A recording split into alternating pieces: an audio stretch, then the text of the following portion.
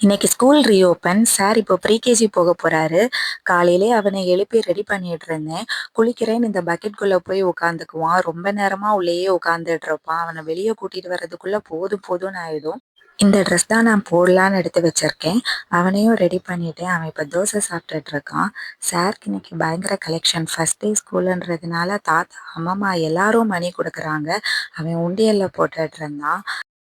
அப்புறம் அவனோட பேக்கையும் ரெடி பண்ணியாச்சு. இன்னைக்கு ஃபர்ஸ்ட் டே ஸ்கூலுன்றதுனால 2 ஹவர்ஸ் தான். ஸோ ஸ்நாக்ஸ் வேணான்னு சொல்லிட்டாங்க. ஸோ வாட்டர் பாட்டில் அண்ட் ஒரு செட் ட்ரெஸ் மட்டும் வச்சு அவனோட பேக்கை பேக் பண்ணியாச்சு. இது அவனோட ஃபேவரட் லயன் பேக். இந்த பேக் நான் அமேசானில் தான் வாங்கினேன். சூப்பராகவே இருக்குது.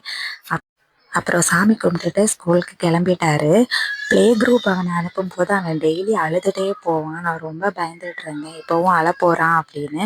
ஆனால் இந்த வாட்டி அவன் அழவே இல்லை. ஃப்ரெண்ட்ஸை பார்க்க போகிறேன்னு ஜாலியாக கிளம்பி ஸ்கூலுக்கு போயிட்டான். அதுவே எனக்கு ரொம்பவே ஹாப்பியாக இருந்துச்சு.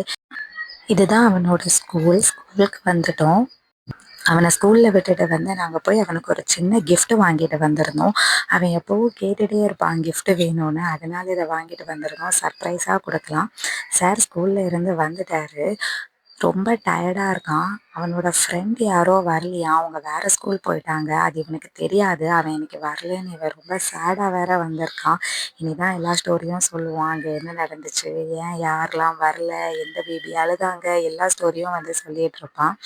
gift பார்த்ததும் ரொம்ப ஹாப்பி ஆயிட்டான்.